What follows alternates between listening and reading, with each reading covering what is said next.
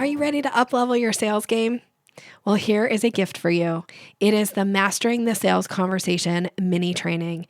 This training gives you my proven step-by-step approach to sales so that you can go from that overwhelmed and intimidated approach that you have to sales to feeling confident and leading a conversation so that you easily guide somebody to hiring you. You can get it right now by going to yoursalesmaven.com/mastering. This is my gift to you. Go grab it now.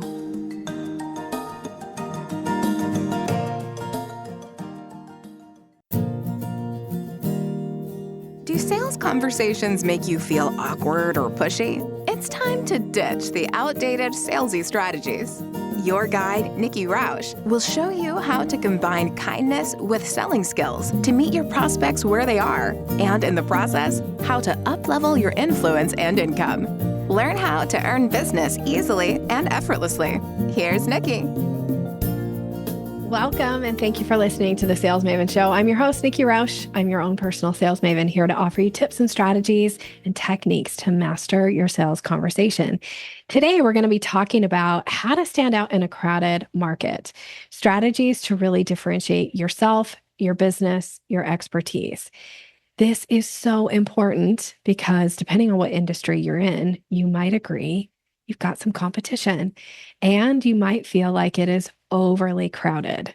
I will say that most of us feel that way, whether you're in coaching, whether you are a designer, whether you are in leadership trainings, the health industry, like whatever industry you're in, chances are you feel like, oh, it's so crowded. How can I possibly stand out? Especially when it feels like there are people that are so far ahead in their businesses than I am, or that there are people that are, kind of are always where, everybody talks about, like whatever that is. So it is crucial that you're able to differentiate yourself and really showcase the things that make you unique, your expertise, your story, your background, and your approach. All of these things are crucial in the success of sales. Now, you could say this is branding, and it certainly is, but it also comes up in your sales conversations as well. So whether you're writing, email promotional campaigns, whether you're putting together sales pages, your website, things that you're posting on social media about your offers, and whether you're just out in the community networking and whatever community that is, whether it's online or whether it is in person, all of these things matter. So let's talk about a few things. Some of these might seem like, yeah, Nikki, I've heard this before, but I'm hoping by hearing it again, it might resonate at a deeper level and or spur an idea for you. That's always the intent behind these episodes, is for you to glean either something that you can immediately use, or for it to spur an idea where you're like, okay, because I heard Nikki talk about this, here's my better idea. I want you to always have a better idea than what I give, right? That's awesome. Okay, first and foremost, I find that a lot of times when people are feeling like they're in a really crowded marketplace, one of the things they're often not paying attention to and not doing is leveraging their expertise and their credentials.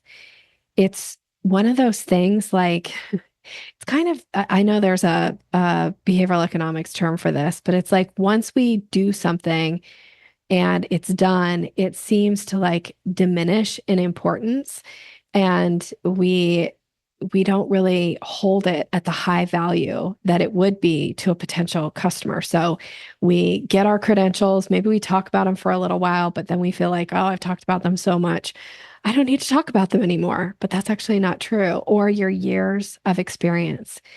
I know when I'm working with clients one-on-one, a lot of times when I'm looking at their bios, I'll say like, we need to zhuzh this up a little bit. Like, I feel like you're really underselling yourself, because to you, it's like, well, I don't want to toot my own horn, but it's not about you and it's not for you. It's for your prospects. It's for that potential buyer who wants to know they're buying from an expert. So in your sales conversations, you really want to own your qualifications.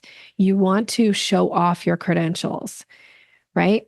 And whether it's that you've got some kind of board certification, you've got a doctorate degree, or you have an X number of years of experience, you want to bring that into the conversation, because a lot of times you might be competing with somebody, whereas you might have 5, 10, 25 years of experience versus somebody who just started 3 months ago. You want to really showcase and differentiate yourself here. So don't sell yourself short. And you don't always just have to list your credentials in a sales conversation. Weaving them in to a story or into a statement that you're making is a really easy way to bring them into the conversation without feeling like, here's the feeds and speeds of my credentials, which, they're not looking at your resume. That's where that goes. But here's an example. So here's one that I might use is I might say, when I was going through my master certification for neurolinguistic programming, I learned X, which now allows for me to show my clients Y, right? So I can bring in like the X and the Y here, but I relate it back to my master certification. So that's one way that you can do this. Or you could say, this one is mine, so you're going to come up with one of your own. But when NASA was purchasing the product that I was selling, or when I was selling to NASA, here is something that was important to them, and this is something that I bring into my current work today, right? Like you name dropping a little bit here, name dropping around your credentials, name dropping around if you've got some high profile clients that make sense to bring into the conversation. Don't be afraid to do that. I find that, again, when I start working and digging in with a client, and whether we're working through like a proposal, I know I just had this happen recently where a client hired me to review a proposal that she was sending for a pretty high profile project to a very high profile company. One of the things that I mentioned right off the bat is that we needed to really lean in to her expertise in her bio. She was really selling herself short. So no reason not to like oomph that up a little bit. And then be specific about your years of experience. I find oftentimes people are afraid to work that into the conversation, but you don't have to give the exact number. As a matter of fact, I like to give a number because I've been doing this for a really long time. So sometimes I think, is this going to make me sound old if I actually say that I have 30 years of experience in sales? So I say 25 plus, because I feel like I don't know that it makes that big of a difference once you reach that 25-year mark. But you can say 7+ years or 3+ years or whatever your years of experience are. You can work that into the conversation. So here's an example. If I was speaking to a prospect, I could work into the conversation, over my 25+ years of experience in this field of sales, I've been able to show thousands of clients, or I could make this specific to my business. I could say, over the last 11 years that I've owned and operated Sales Maven, I've been able to show thousands of clients how to achieve a 75% close rate or more on their consultation calls, or like, again, whatever put in there. So speak from a place of integrity. Don't make up something, but say something that is true, and don't be afraid to lean into it of like, oh, I don't want to toot my own horn. It's okay. You're not tooting it for yourself. You're tooting it for the prospect so that they can reaffirm that they're making a really smart decision in working with you, hiring your company, choosing you as the provider for whatever it is that they need. And then here's a second way to really stand out. And this is another one of those ones I feel like sometimes people are almost timid to do. And I want to say, lean in and lean in hard to this one. And that is to take a stand against common advice in your field when you have a difference of opinions, or when you have a different perspective to share. You want to really lean into that hard. So I know, one of the ones that I lean into in my business, and I hope this spurs you thinking about what are yours. And as a matter of fact, I would challenge you to come up with a list. Try to come up with 3 And if you can really push it to come up with 5, this gives you 5 things that you can be talking about on a regular basis. And if you can only come up with 1, that's okay. Like start there. You'll start to find as you work with more and more clients, they'll start to say, you have a very different approach when it comes to X. And then you can like pay attention to that. And then you can lean into this. One example of my differentiator, a piece of advice that I really think sets me apart from other sales coaches and definitely from business coaches, is this idea of why it's so important to put pricing on your website. And I know that most business coaches and most sales coaches advise, especially people in the coaching realm, to not put pricing on their website because they say to the person, "Oh, don't put pricing on your website because you want them to get on a consult call so that you can build up your value." And I totally understand why those business coaches and sales coaches are saying that. They're saying it because it's super empowering to the person that just paid them money. The reason I feel differently and the reason I will like shout this from the rooftops, and this is like a soapbox thing for me, is because I don't give advice to my clients that make them feel good. I give advice that is meant for how their clients or their prospects are going to perceive them and what they need to do to earn that person's know, like, and trust in business. I've already got their know, like, and trust. They've already hired me. I'm not here to placate. I'm not here to like make them feel good about not having to list their pricing. I will say till my last breath why it's so important to have pricing on your website. And I can make a case for 95% of the time why this is so crucial. And I will keep speaking about it. So what are your things? What's that piece that feels a little bit controversial to you or is different from what your typical competitors are saying or doing? And lean in. And I mean this when I say like lean in hard. Don't be afraid to talk about it constantly.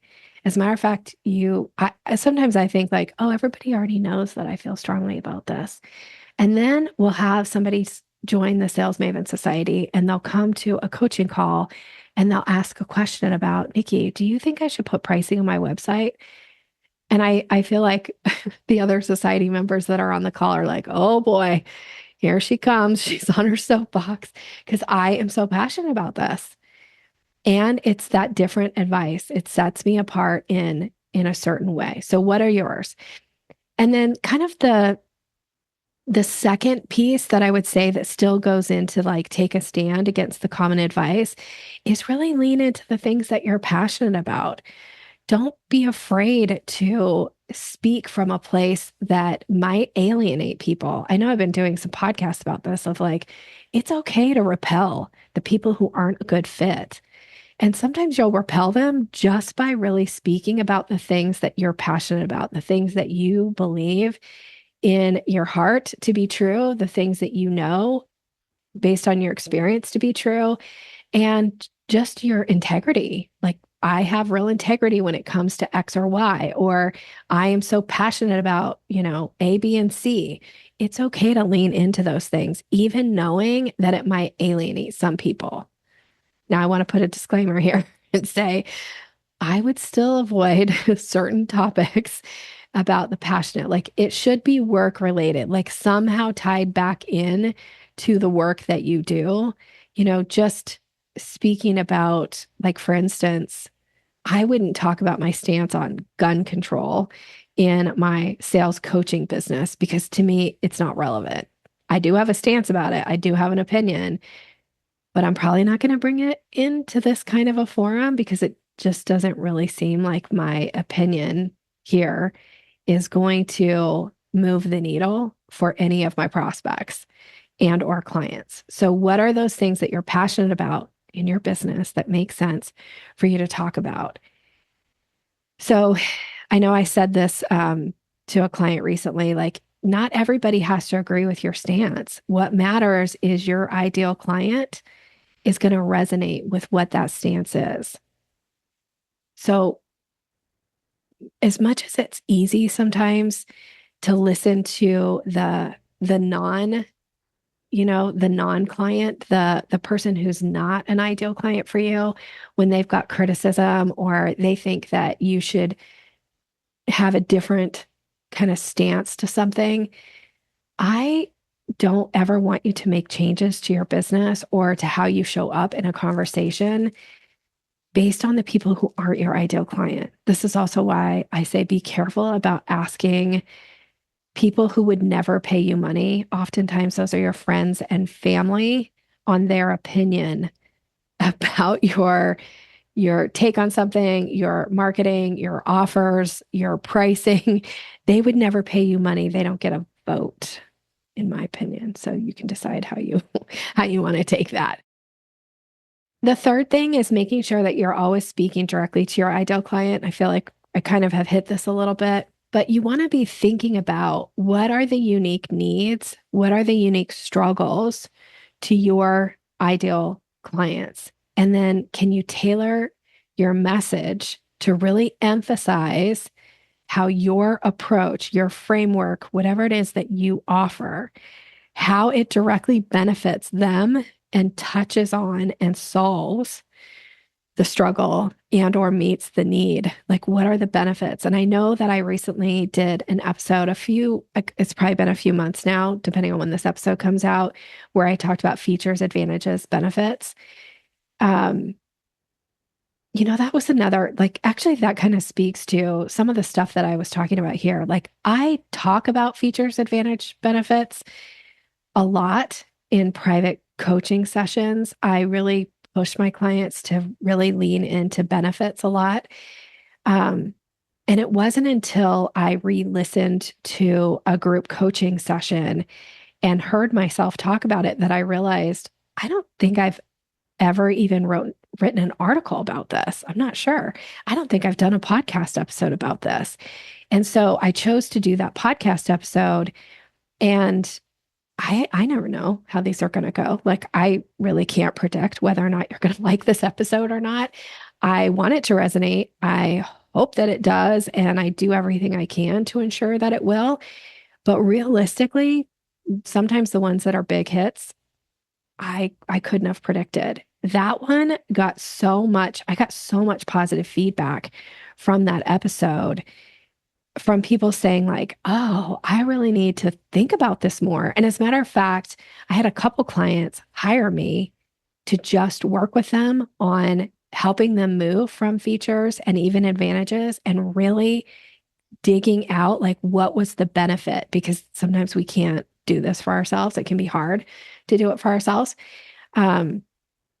But that is a message that really resonates with my ideal clients. So my guess is you're going to hear me talk about it more, because I will lean in hard to the things that resonate with my ideal clients. So it's important to be listening. What are the things? What kind of feedback are you getting from people? And if it's something where you think like, oh, that was just a throwaway line, I just said that off the cuff, I can tell you a lot of my things that I still lean into now were things that I said off the cuff.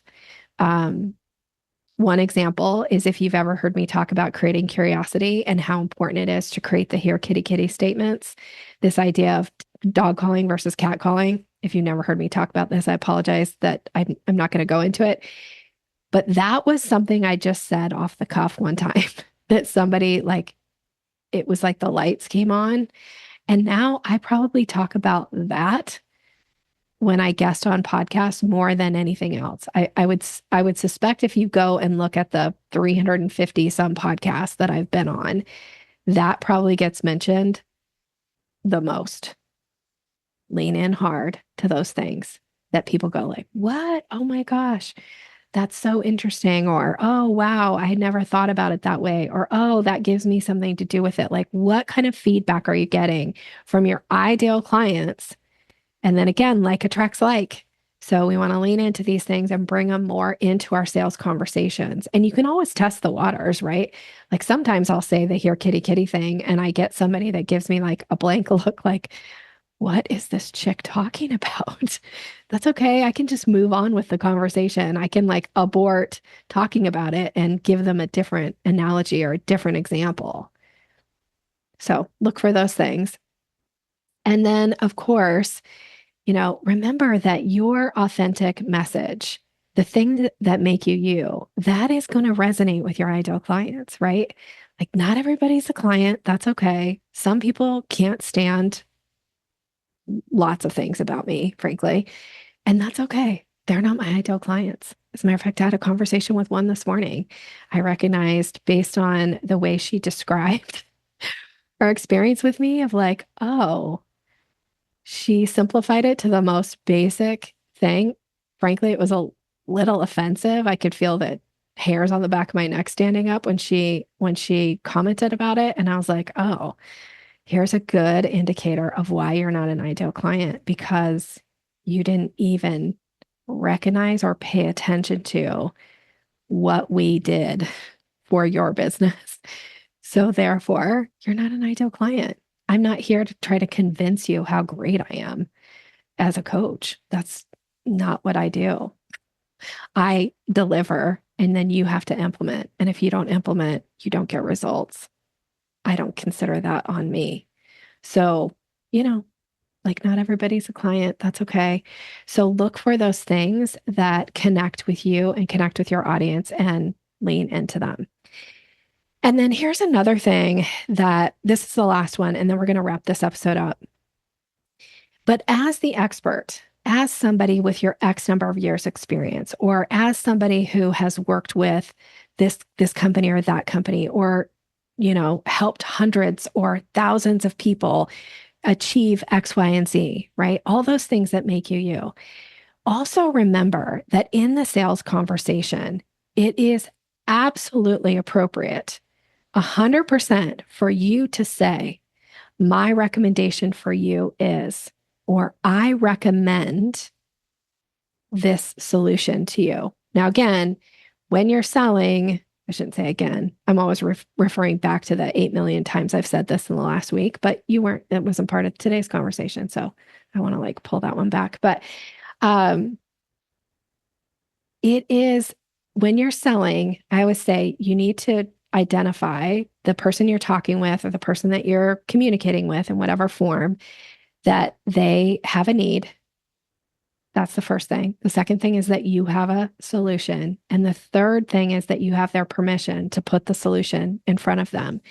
And when you know those three things exist, you are absolutely well within your realm, your permission, your expertise to say, I recommend.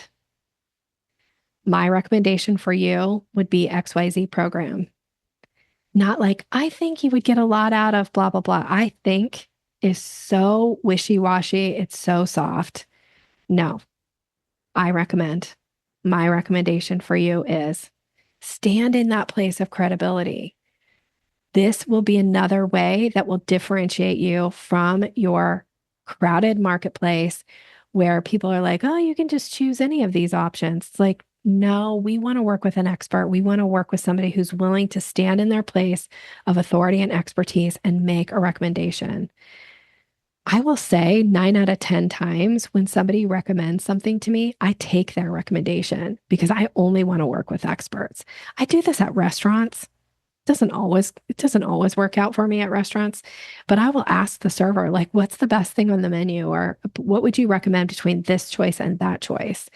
Like, I love to hear a recommendation. And I've just hired recently quite a few different people to do some things for us in my personal life. And they have all come from recommendations. I want to work with people. Like, I love when somebody will recommend somebody.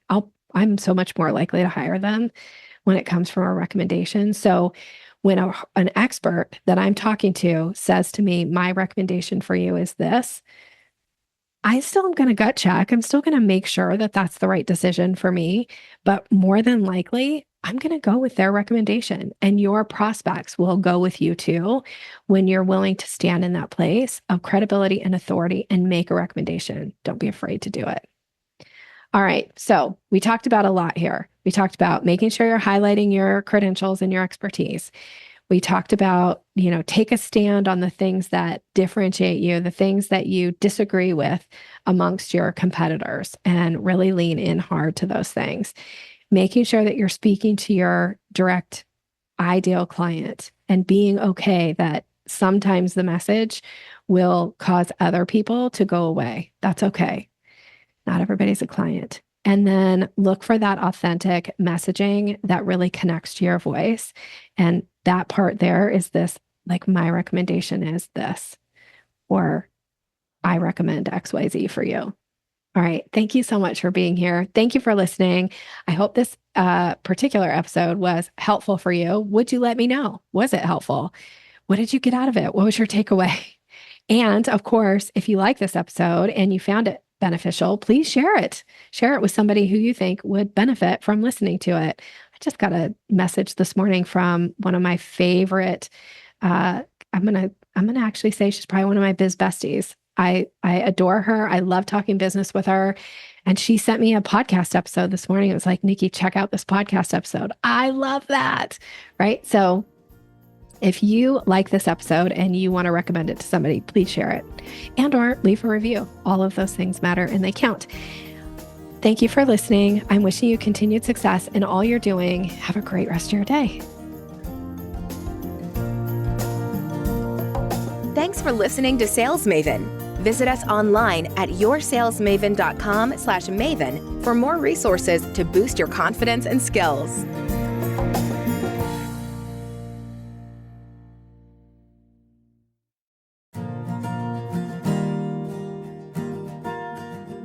Are you ready to increase your confidence in your sales conversations? I have a gift for you that is going to show you exactly how to do that. It is my Closing the Sale ebook. It's all about leveling up your confidence, giving you language to use, how to seamlessly move somebody through the sales process. And you can get it right now by going to yoursalesmaven.com/Maven. Go grab it.